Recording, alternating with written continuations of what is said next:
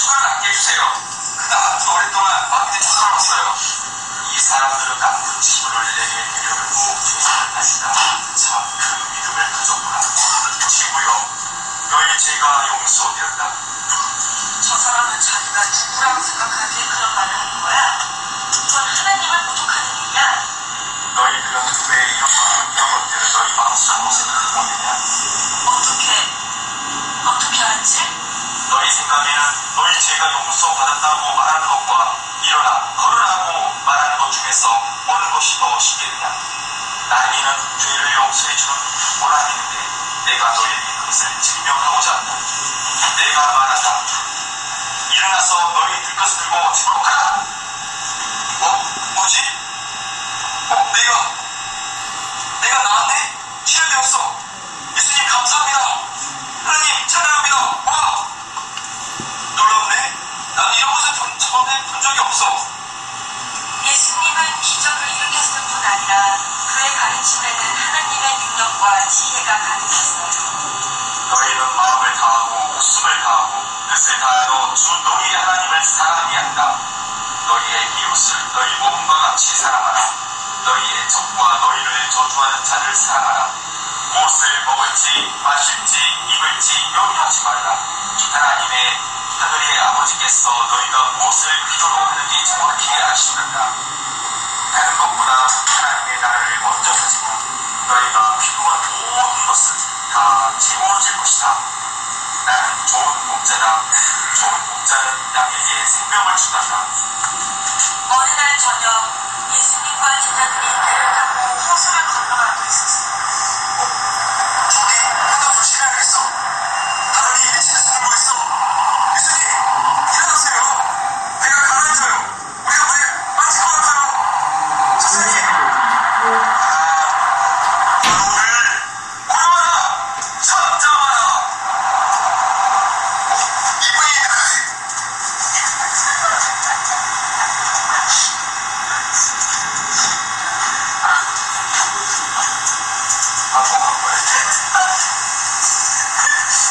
이분이 도대체 누구시길래 그 하시는 말씀은 단어가 터져도 분명할까?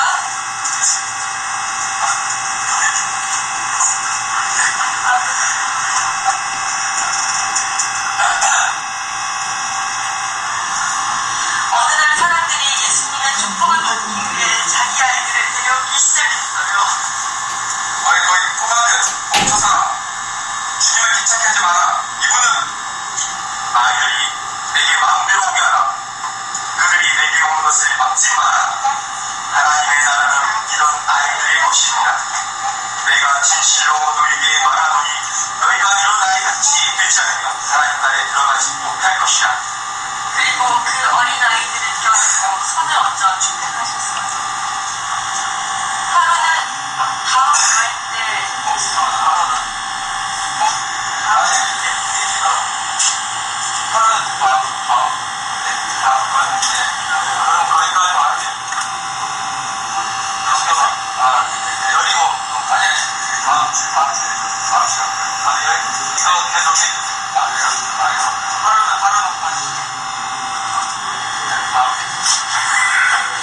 하루는 제자들이 예수님께 기도하는 방법을 가르쳐달라고 했어요. 하늘에 계신 우리 아버지, 당신의 이름은 거룩합니다. 하나님의 나라를 환영합니다. 당신의 원인에 순종합니다. 하나님의 뜻이 하늘에서 이루어지는 것 같이 이 땅에서 완전히 이루어지길 원합니다. 오늘 양에게 필요와 필요한 양식을 주시고 우리가 다른 사람의 죄를 용서해 줄 것 같이 우리 죄를 용서해 주시고 우리가 유혹을 받을 때에 죄에 빠지지 않게 지켜주시고 악한 것으로부터 우리를 구해해 주세요. 여리고 그분이 오신다. 하나님 이름으로 기적을 행해온 예수님이 오신다. 가보자. 예수님. 수리자 삭개오 그를 만나야겠어. 안 돼. 그분이 안 보이네. 실례합니다. 세리장, 당신 여기 있었구나. 뭐야? 당신은 다른 사람 속이는 사람이잖아. 삭개오, 당신은 여기 옳지 않아. 그래서 내가 주님을 만나야만 해. 예수님, 여기 위를 쳐다보세요. 삭개오야, 지금 즉시 내려와.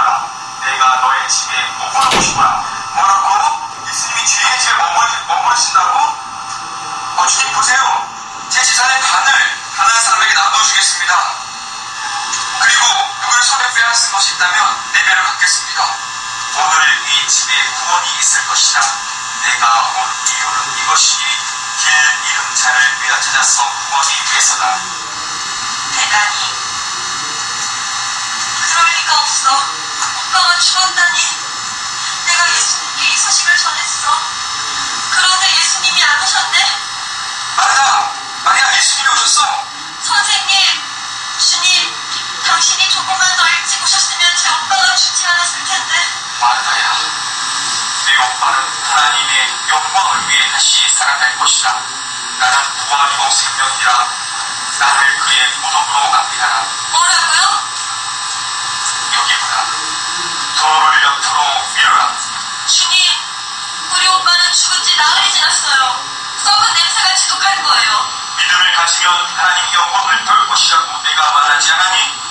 그들은 돌을 굴려 치웠어요. 아버지, 항상 나의 말을 들어주셔서 감사합니다. 그러나 이번에는 소리 높여 요청합니다. 이것은 그들이 당시 나를 보내신 것을 믿도록 하기 위함입니다. 나사로야! 나오라! 뭐라고 하시는 거지? 나사로! 마리아! 이것을 본 후 더 많은 사람들이 예수를 믿게 되었어요.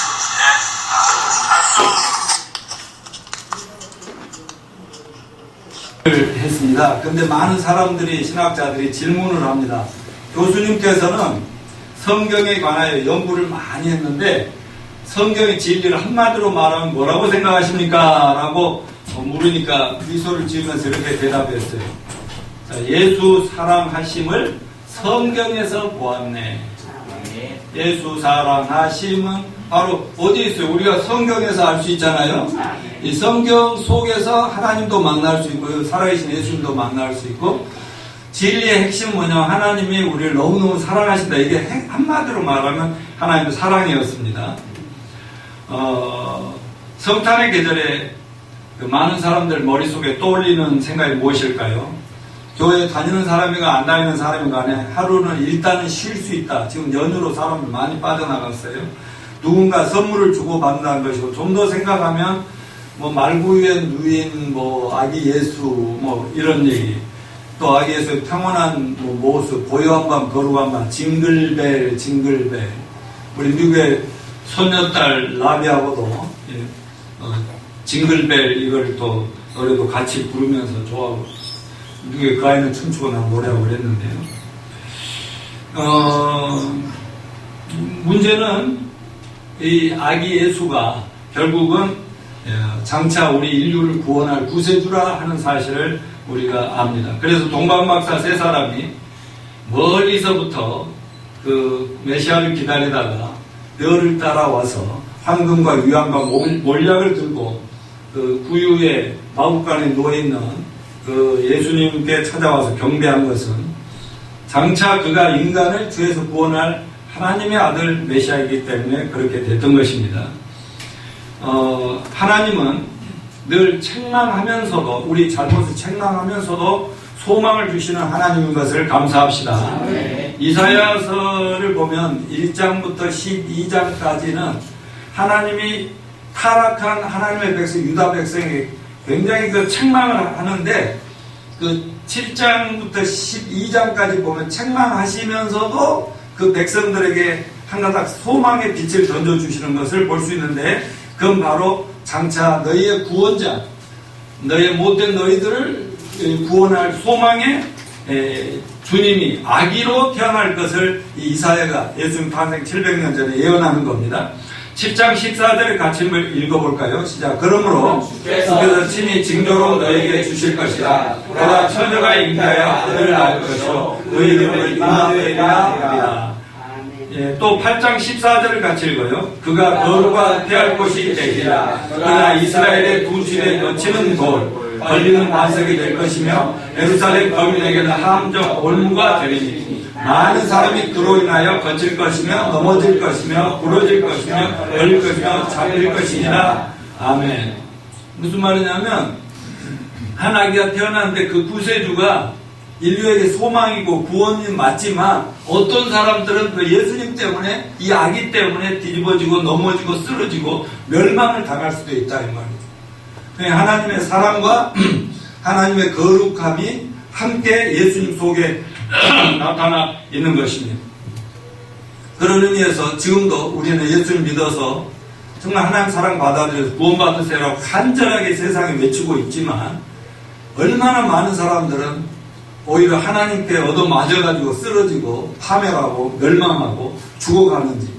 나중에 성경에 보면은 죽은 다음에 인류는 두 종류로 갈라지나요.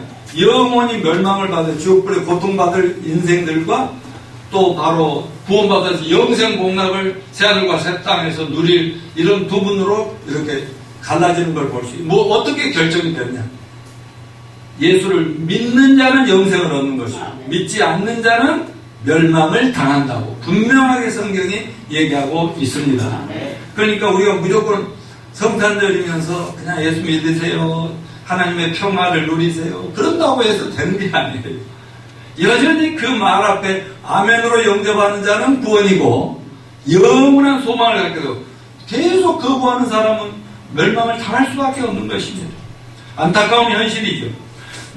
또 11장 1절부터 14절을 같이 천천히 음미하면서 읽어봅시다. 이새의 줄기에 삽싹이 나며 그 뿌리에서 한 가지가 나서 결실할 것이요 여호와의 신 곧 지혜와 총명의 신이요 모략과 재능의 신이요 지식과 여호와를 경외하는 신이 그 위에 강림하시니 그가 여호와를 경외함으로 즐거움을 삼을 것이며 그 눈에 보이는 대로 심판하지 아니하며 귀에 들리는 대로 판단치 아니하며 공의로 빈핍한 자를 심판하며 정직으로 세상의 겸손한 자를 판단할 것이며 그 입에 막대기로 세상을 치며 입술의 기운으로 악인을 죽일 것이며 공의로 그 허리띠를 삼으며 성실로 몸의 띠를 삼으리라. 여전히 주님은 믿으라, 회개하라, 그러면 받아줄 것이다. 영생을 줄. 안 믿으면 너희들 망한다. 이걸 계속 얘기하고 있죠.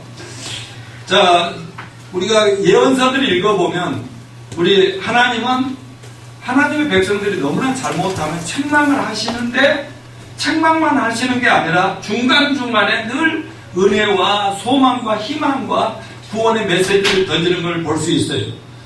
그 하나님 말씀 한마디로 이겁니다. 이제라도 여호와 너희 하나님께로 돌아오라, 여호와께 돌아오라, 이거예요. 이제라도. 그래, 그동안 아무리 잘못해서 좋으니까 이제라도 여호와 하나님을 먼저 알아라. 이제라도 너희는 여호와를 찾으라, 그러면 살리라. 이제라도 너희가 회개하면 모든 걸 용서하고 다 막아주시겠다. 이렇게 안타깝게 하나님은 이제라도 돌아오라고 부르고 계신 것이 성경 곳곳에 하나님 외침인 것을 볼 수가 있습니다. 여러분, 어둠과 빛은 서로 화합할 수가 없잖아요. 어둠이 있는 곳에 빛이 있을 수 없어요. 그러나 빛이 한 방울만 와도 어둠은 물러가기 시작합니다. 또 어둠 속에 있는 사람이 좀만 내가 빛을 찾아야겠다고 결단하면 빛은 우리에게 다가오기 시작한다는 사실을 알아야 돼요. 그러니까 우리가 빛 가운데 사느냐 어둠 속에서 사느냐 하는 것은 나의 선택이라는 걸 알아야 됩니다.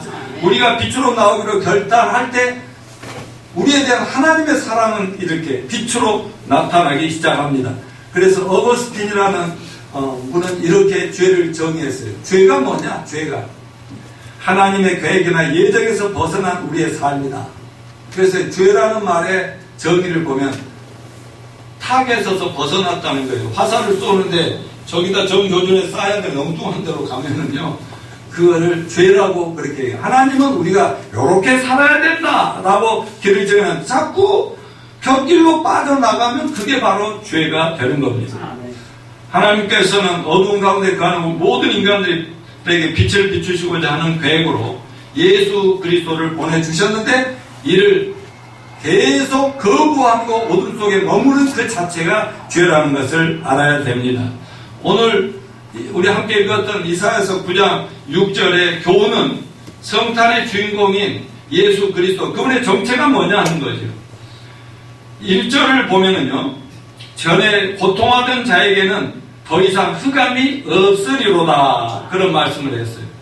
이제까지 하나님 백성들이 당하는 고통과 저주의 원인은 뭐냐면 죄를 범함으로 하나님과 단절됐어요.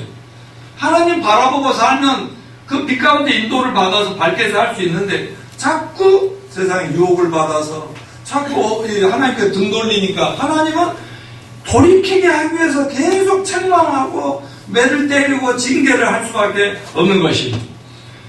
그래서 인생의 고통은 타락의 결과요, 죄의 결과라는 사실을 잊지 마시길 바랍니다. 2절에 보면 그러나 이 흑암에 행하던 백성이 큰 빛을 보고 그늘진 땅에 거하던 자에게 비칠 것이다. 이게 뭐냐면 한 아이가 태어날 것을 예언하면서 그 아이가 태어남으로 말미암아 흑암에 있던 백성, 어둠 속에 사는 인생들에게 큰 빛이 비출 거다, 이렇게 얘기하고 있어요.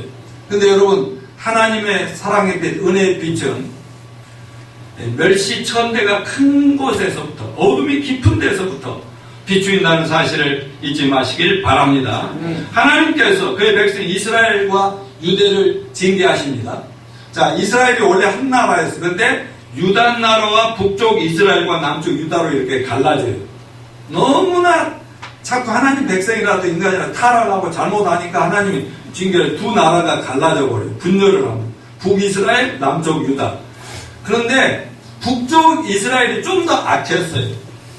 그러니까 외침을 당해가지고 아주 멸망을 당하면서 북이스라엘이 망하면서 그쪽에 있는 이스라엘 하나님의 백성들의 혈통과 이방 믿지 않는 자들의 혈통이 섞여서 혼혈족이 만들어지는 거예요. 그래서 하나님의 혈통으로서의 백성의 혈통의 순수성을 잃어버리고 맙니다. 유다 백성들도 잘못하니까 하나님께 징계는 당하지만 그 피섞임 이런 수모는 당하지 않아요. 우리나라도 일제 외정시대 때 아마 한 100년만 지났으면 일본 사람인지 한민족인지 상상할 수 없이 그냥 다 혼혈족이 돼버리고 말았을 거예요.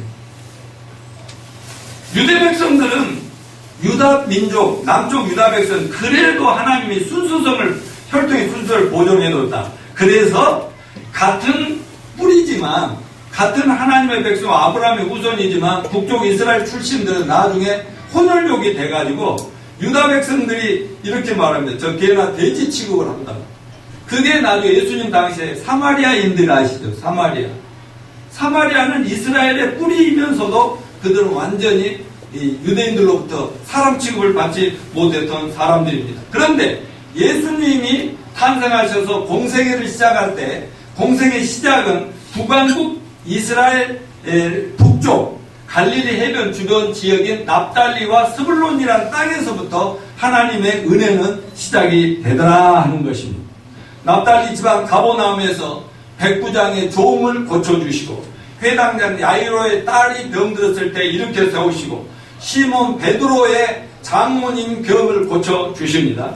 또 스불론 땅 갈릴리 가나 혼인잔치에서 물로 포도주를만 첫 번째 기적도 바로 북쪽 그 혼혈족 그 죄 많은 곳에서 일어나고, 또 요단 저편 단지방 베세다에서 소경의 눈을 뜨게 하고 또 5,000명에게 굶주린 인생들에게 오병의 기적을 일으켜 먹여 주신 것도 다 그 북쪽이라는 사실을 잊지 마시길 바랍니다.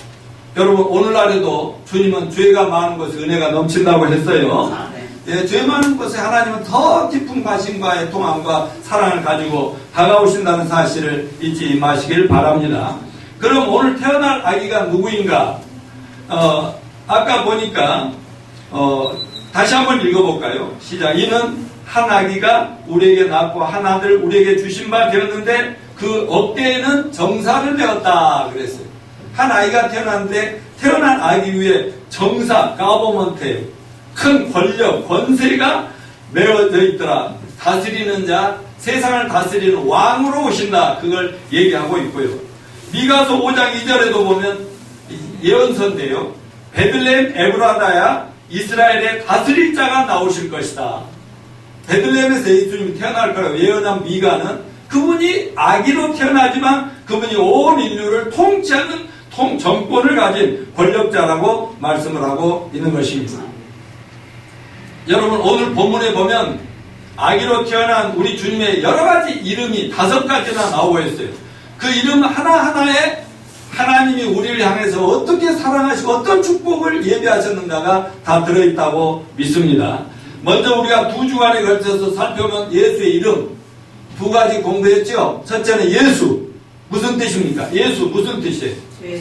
죄에서 구원하신다. 두 번째 임마누엘이라 하리라. 임마누엘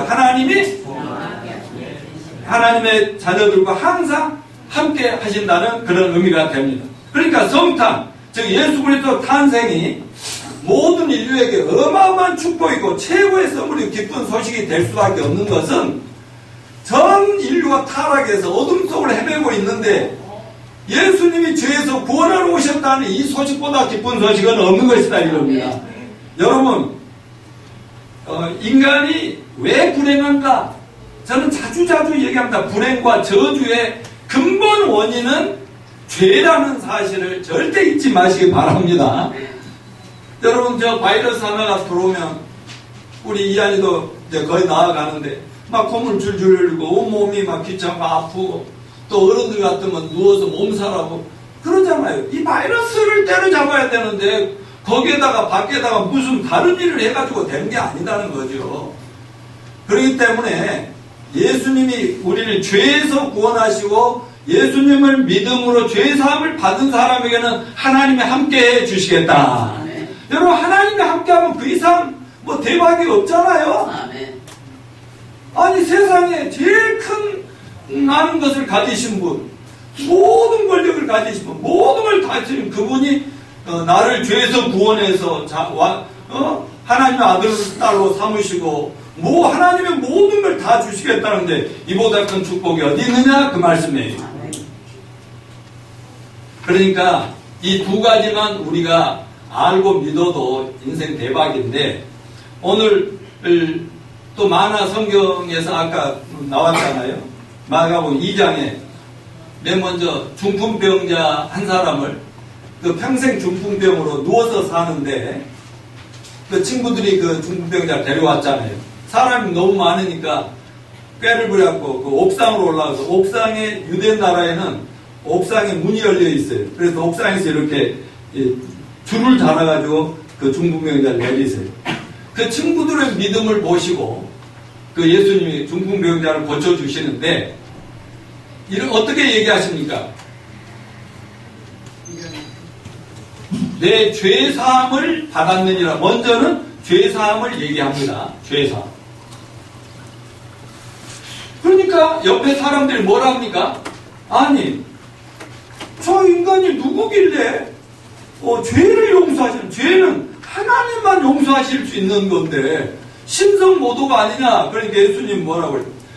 내 죄가 사함을 받았다는 말하고 일어나 걸으라 하는 말이 어느 것이 더 쉽겠느냐.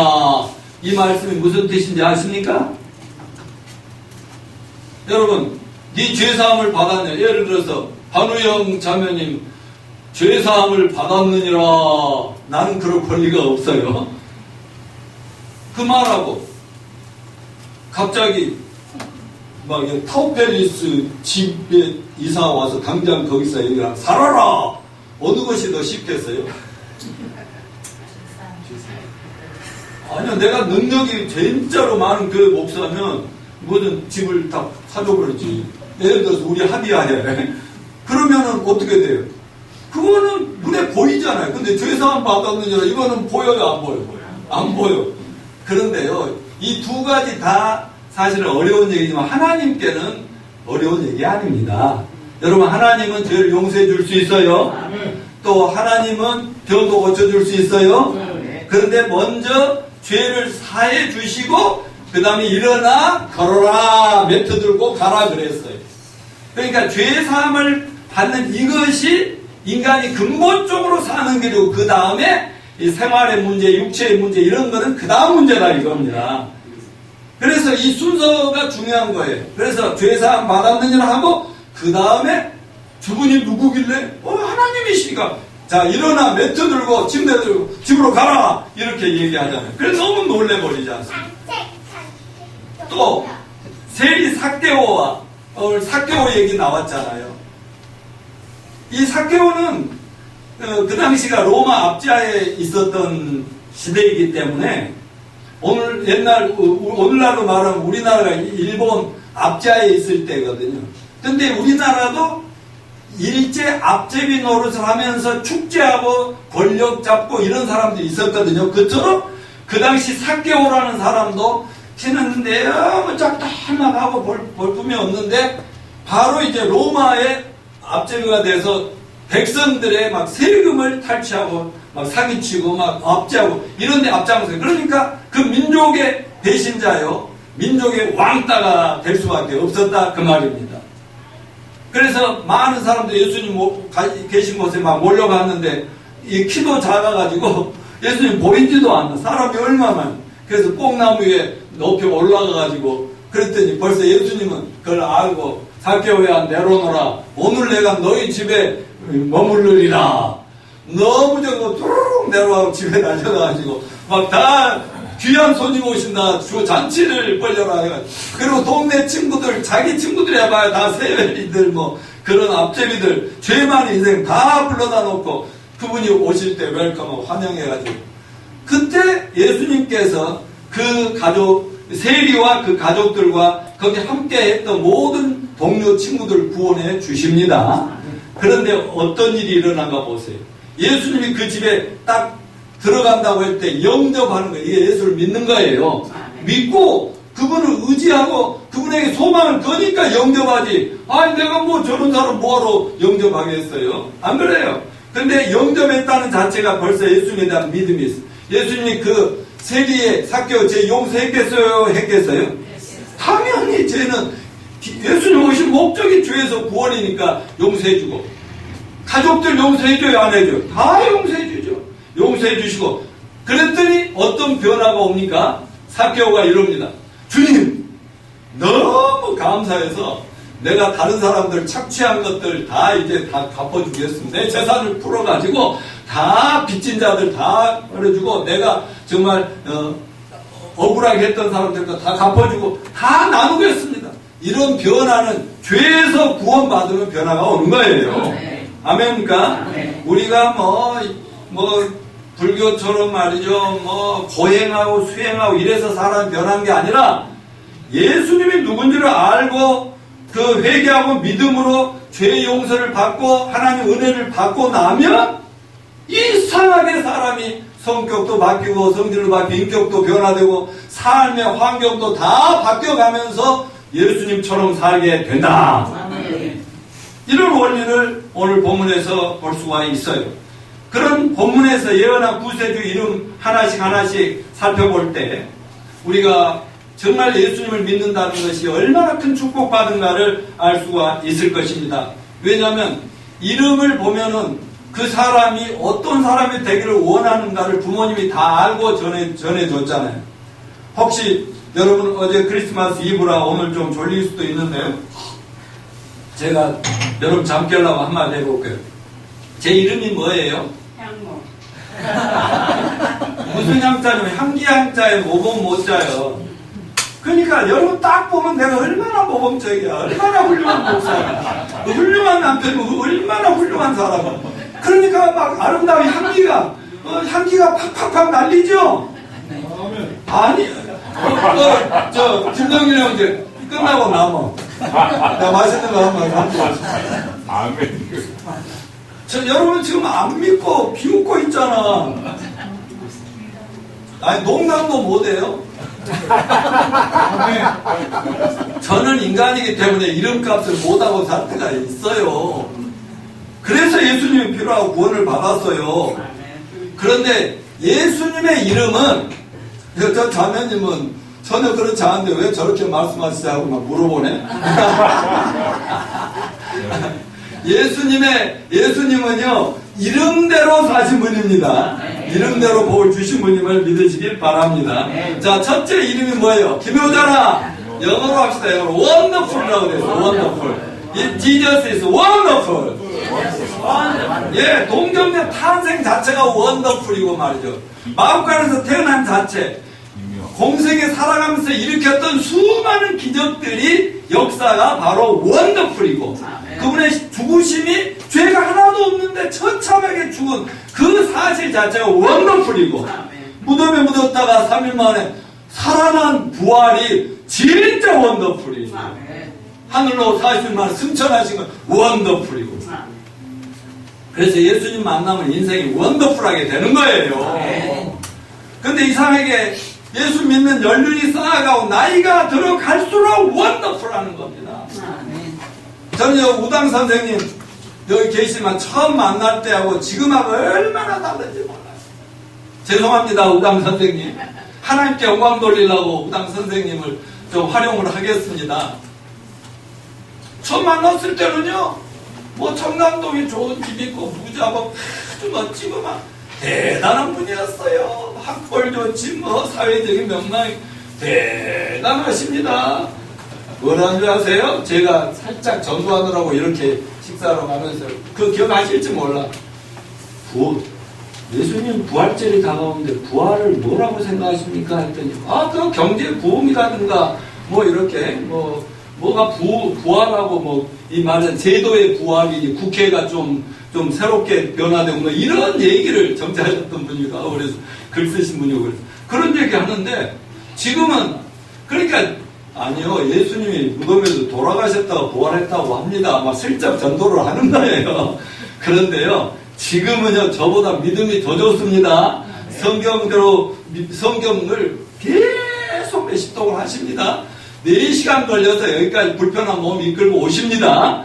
원더풀이죠. 다 같이 우리 우당 선생님한테 이렇게 원더풀 한번 해주세요. 원더풀. 이거 얼굴도 빨개질 줄도 아시네. 자, 두 번째 이름이 뭐예요? 모사라. 아니 옆에 분들도 원더풀 합시다. 원더풀. 자, 모사는 뭐예요? 모사. 예수님은 모사꾼이다. 옛날에 모사꾼 나쁜 말은 이게 한국 성경의 모사. 영어로 보면 카운셀러야, 카운셀러. 여러분, 예수님은 진짜 카운셀러입니다. 우리 어떤 어려운 문제, 어떤 상처, 어떤 아픔이라도 다 그분에게 내놓고 그분에게 맡기면 그분이 다 해결해주고 치료해주시고 아주 살만나게 해주시는 놀라운 원더풀 카운셀러임을 믿으시길 바랍니다. 그래서요 예수님을 뭐라 하냐면 상처받은 카운셀러, 상처받은 치유자라고 그래. 그분이 당해봤잖아요. 깨지기 쉬운 연약한 그릇으로 오셨잖아요. 제가 아침에 문자 보내드린 거 보면 깨지기 쉬운 맞아 연약한 육체 예수님 탄생할 때 그 마구간이 굉장한 줄 알지만 마리아는요 애기 낳아놓고 얼마나 지쳐서 힘들겠어요. 애기는 얼마나 지금 열악하고 더러운 환경 속에 애가 태어났는데 병들까지 얼마나 힘든 상황이었어요. 그러니까 상상만 지금 예수님 태어나보자마자 유리관 속에 팍 들어오게 이게 아니라 이거죠. 이렇게 오셔가지고 얼마나 모욕당하고 얼마나 고통당하고 얼마나 많은 사람들로 조롱까지 당했습니다. 그런 우리가 당할 수 있는 모든 걸 다 당해봤기 때문에 그분은 정말 완벽한 치유자요 카운셀러이심을 믿으십시다.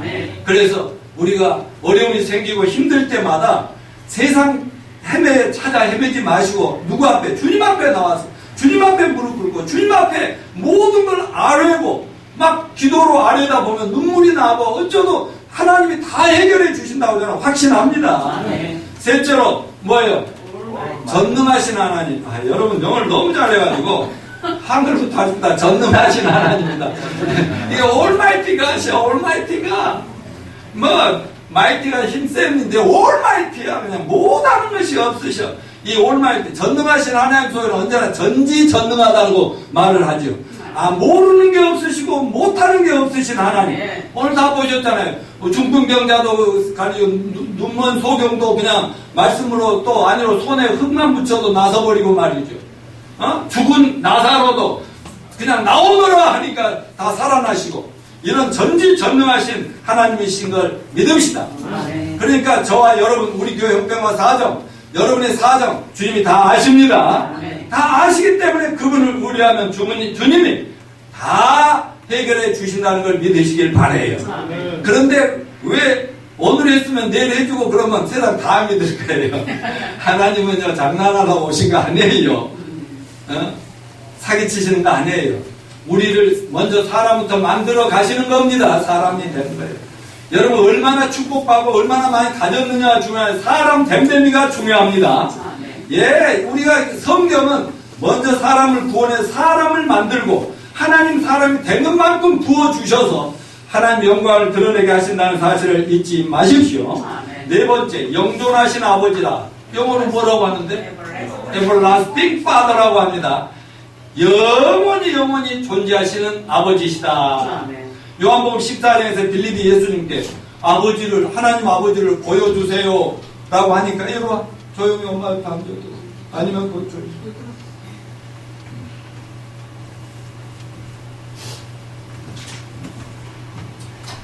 아버지 하나님을 보여달라니까 예수님이 뭐라고 하셨죠? 내 안에 있는 자, 아버지가 내 안에 내가 아버지 안에 있느니라. 따라서 나를 본 자는 아버지를 보았느니라. 아멘. 그러니까 하나님 성부 성자 성령은 삼일체 하나님으로 성부가 하늘에 계시고 성자가 사람으로 오셨고 지금은 성령님이 우리와 함께 하십니다. 그러니까 예수를 믿는 사람들과는 지금 제가 29에 예수님 영접했다고 그랬잖아요. 그날 이후로 주님은 세상 끝날까지 함께 하실 것입니다. 그리고 천국 가면 영원히 함께 하십니다. 자, 얼마 전 여러분 뉴스 보셨죠? 정말 12살 난 딸아이가 아버지나 동거녀와 동네 친구로부터 얼마나 핍박과 압박과 서러움과 배고픔을 당했는지 2층에선가 가스관을 타고 내려와가지고 슈퍼마켓에 들어가가지고 마트에 들어가서 과자를 하나 훔쳐서 배고프니까 먹으려고 하는데 그걸 찢을 힘이 없어서 주저앉았는데 그래갖고 이제 경찰 불러가지고 네 집이 어디야? 아버지를 데려가게. 아니 나 고아원에서 나왔다고 이렇게 말할 정도. 어디로 경찰이 어디로 데려가요? 아버지한테 데려간다고. 절대 안 간다고. 다른 데로 간다니 고맙습니다. 이것 때문에 전 국민이 분노하고 있잖아요. 그들 잡았잖아요. 여러분 이렇게 아버지가 이런 아버지도 있어요. 저희 아버지는 참 좋으신 아버지인데 우리 아버지 내가 목사하는 동안 떠나가셨어요. 끝까지 나하고 같이 있어주지 않더라고요. 여러분 세상에 얼마나 많은 아빠들이 자녀들이 필요할 때마다 옆에 있어주지 못하고 실망시켜 속상 아프게 떠납니까? 그런데 영존하신 아버지 하나님은 한 번 우리와 관계를 맺으면 영원히 떠나지 않습니다. 그런 영존하신 하나님. 그렇기 때문에 우리야말로 정말 위대하신 하나님, 전지전능하신 하나님을 아버지로 모셨으니 우리보다 복 있는 사람 나와보라고 합시다. 다섯 번째 마지막으로 예수 그리스도는 누구예요? 평강의 왕. King of Peace. 평화의 왕이다. 그렇게 얘기합니다. 여호와 샬롬. 제가 문자 보낼 때 샬롬이라는 말을 잘. 샬롬은 평강, 하나님의 평화를 길어주는 얘기예요. 오늘 또 편하세요, 편안하세요 이 말이거든요. 여러분 예수님은 우리가 정말 마음이 아프고 힘들고 괴롭고 삶의 그 고통을 견디기 힘들어할 때 또 이 세파와 싸우고 있을 때 하나님은 그 전쟁을 싸움을 잠잠케 하시고 우리에게 평안을 갖다 주실 수 있는 분이심을 믿으십시다. 여러분 예수님은 평강의 왕, 평화의 왕으로 오셨어요. 그래서 지금 크리스마스가 되면 하늘에는 평화, 이 땅에서 기쁨이니라 이런 얘기를 하잖아요. 다시 말씀드립니다. 어떻게 사람이 평안을 얻습니까? 뭐가 많다고 평안합니까? 아니에요. 사람이 죄가 있으면 절대로 편안하지 않습니다. 죄가 많은 사람은 겉으로는 뭐해도 마음에 항상 불안이 있는 거예요. 그렇지만 예수 그리스도가 십자가에서 피 흘려 죽으실 때 저와 여러분의 모든 죄를 다 담당하시고 피 흘려 죽으심으로 죄를 다 청산하셨어요. 죄를 다 씻었어요. 없애버리셨습니다. 그게 어디 있어요? 성경에 써 있네. 여러분 성경 믿으세요? 성경에서 다 여러분 죄를 예수님이 자기 희생으로 갚았다면 나는 빚이 없네? 나는 다 구원 받았네? 나는 죄인이 아니네? 이런 깨달음이 제발 오시기를 축원합니다. 자, 죄가 청산되면 어때요? 평안이 오지요.